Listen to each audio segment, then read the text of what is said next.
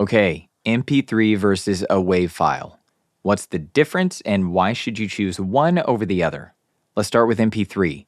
An MP3 file is compressed, which allows it to be more easily delivered and transferred between multiple people via email or whatever other method you may choose.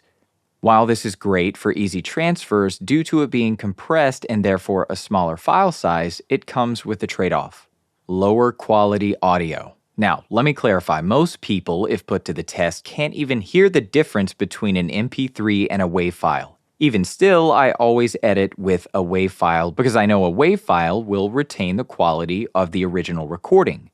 So, simply broken down: MP3, pros, smaller file size. So again, just like I said earlier, an MP3 file is compressed, which makes a smaller file size, which means it's easier to share.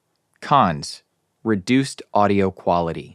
So again, just like I said before, an MP3, because it is a compressed file and it's a reduced size, it is also lesser in quality, though most people can't even hear the difference.